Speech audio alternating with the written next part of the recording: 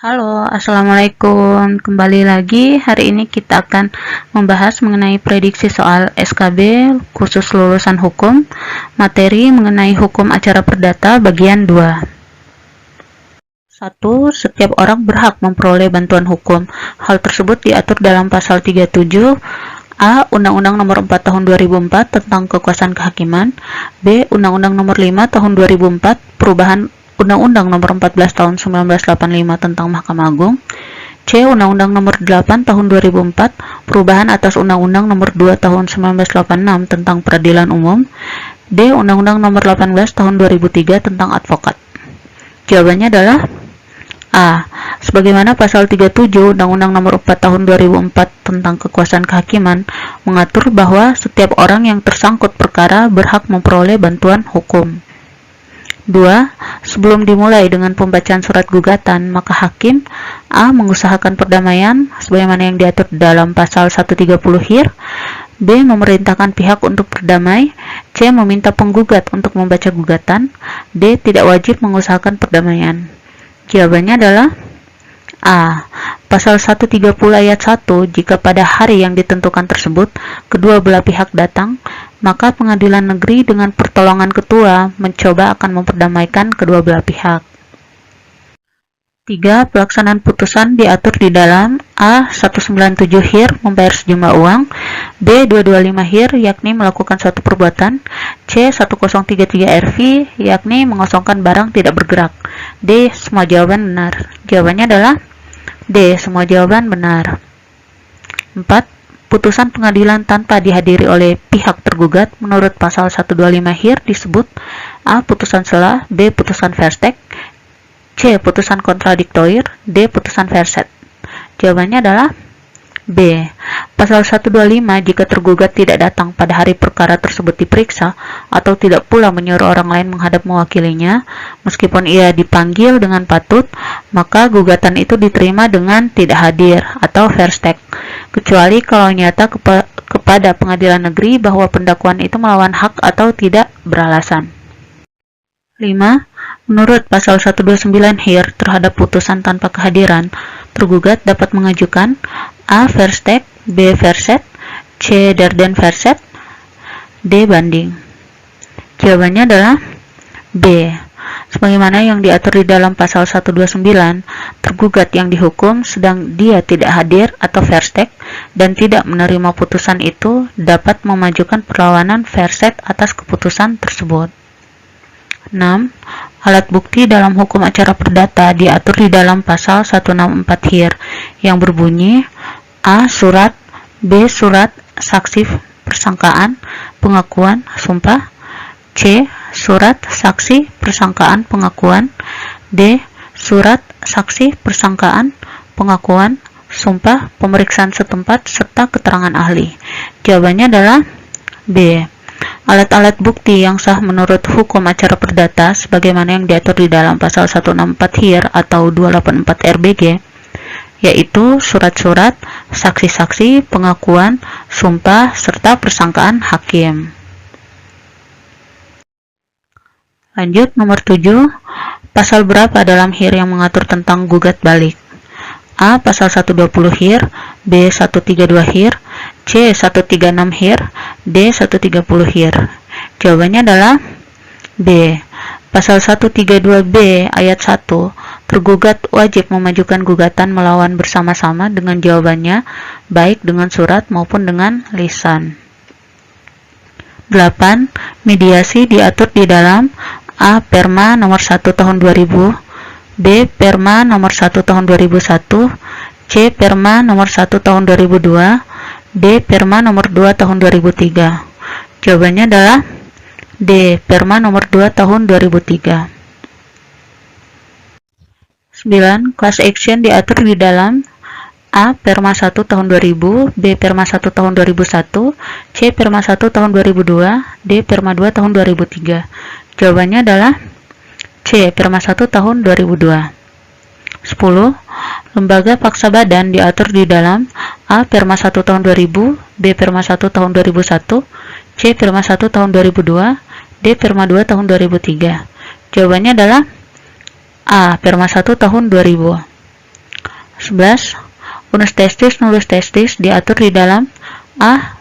164 HIR, B. 180 HIR, C. 163 HIR, D. 169 HIR. Jawabannya adalah D. Pasal 169, keterangan seorang saksi saja dengan tidak ada suatu alat bukti yang lain di dalam hukum tidak dapat dipercaya. 12.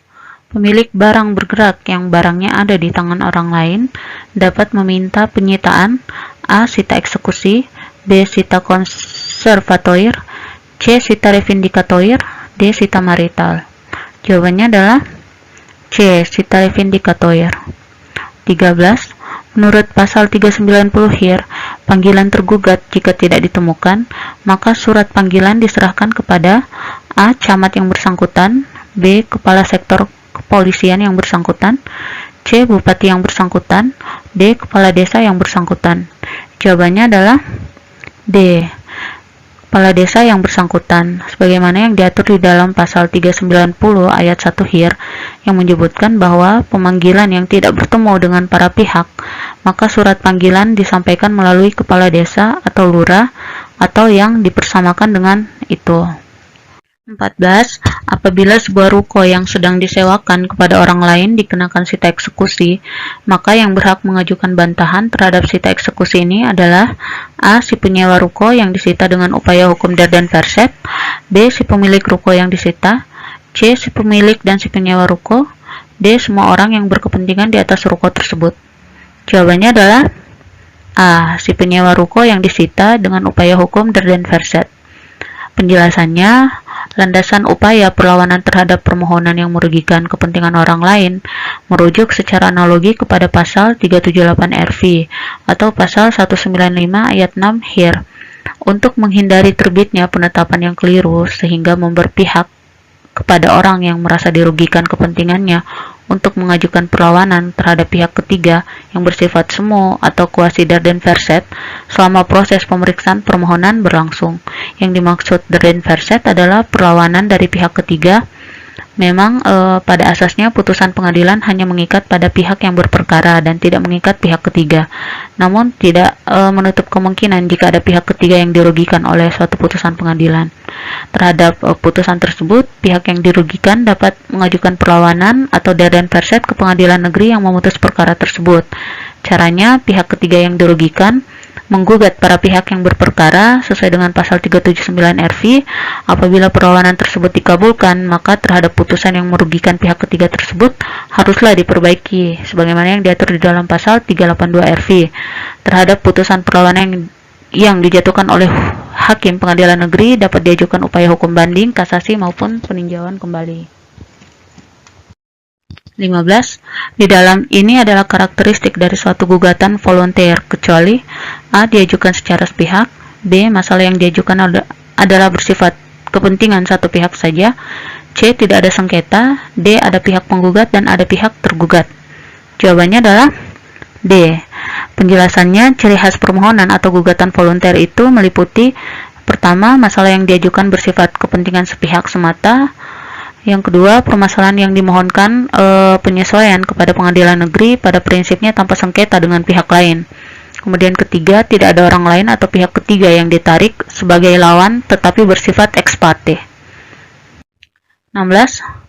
Frisch warring adalah A. Masuknya pihak ketiga dalam suatu perkara yang sedang berlangsung menggabungkan diri dengan salah satu pihak dalam perkara.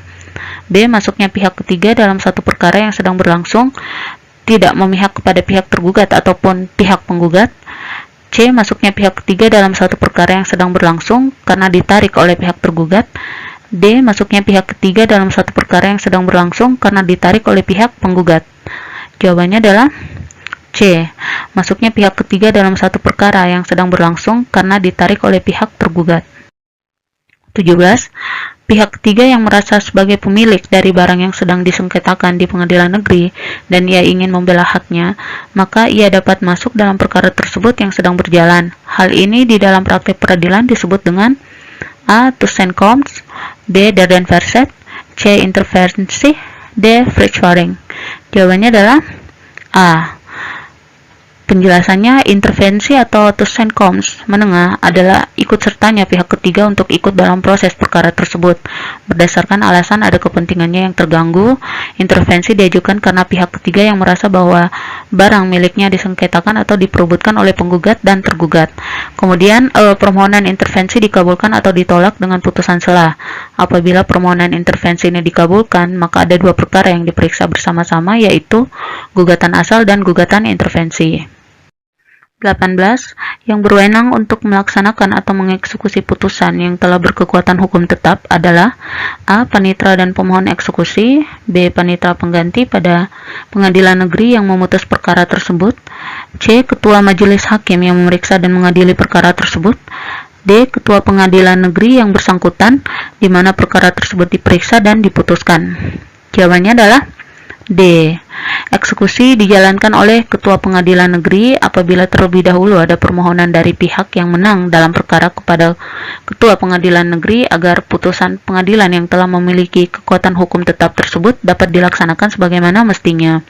Sebelum menjalankan eksekusi putusan pengadilan yang telah mendapatkan kekuatan hukum tetap, maka Ketua Pengadilan Negeri melakukan teguran kepada pihak yang kalah dalam perkara agar dalam waktu 8 hari sesudah Ketua Pengadilan Negeri melakukan teguran, maka pihak yang kalah dalam perkara tersebut harus memenuhi amar putusan pengadilan. Dan apabila telah lewat 8 hari ternyata pihak yang kalah dalam perkara tidak mau melaksanakan putusan pengadilan tersebut, maka Ketua Pengadilan Negeri dapat memerintah panitra atau jurusita Pengadilan Negeri untuk melaksanakan sita eksekusi atas objek tanah terperkara dan kemudian dapat meminta bantuan alat-alat negara atau kepolisian untuk membantu pengamanan dalam hal pengosongan yang dilakukan atas objek tanah terperkara. 19. Panggilan terhadap pihak-pihak yang berperkara telah dilakukan secara patut. Maksudnya, A. Yang bersangkutan telah dipanggil dengan cara menurut undang-undang, B. Panggilan yang dilakukan terhadap bersangkutan atau wakilnya yang sah, C. Pemanggilan dilakukan dengan memperhatikan tenggang waktu, D. Semua jawaban benar. Jawabannya adalah D. Semua jawaban benar. 20. Yang merupakan hukum luar biasa adalah A. Perlawanan pihak ketiga terhadap sita eksekutorial, B. Perlawanan terhadap putusan verstek, C. Upaya kasasi, D. Upaya banding. Jawabannya adalah D. Upaya banding. Oke, demikian video kali ini. Semoga bermanfaat. Terima kasih.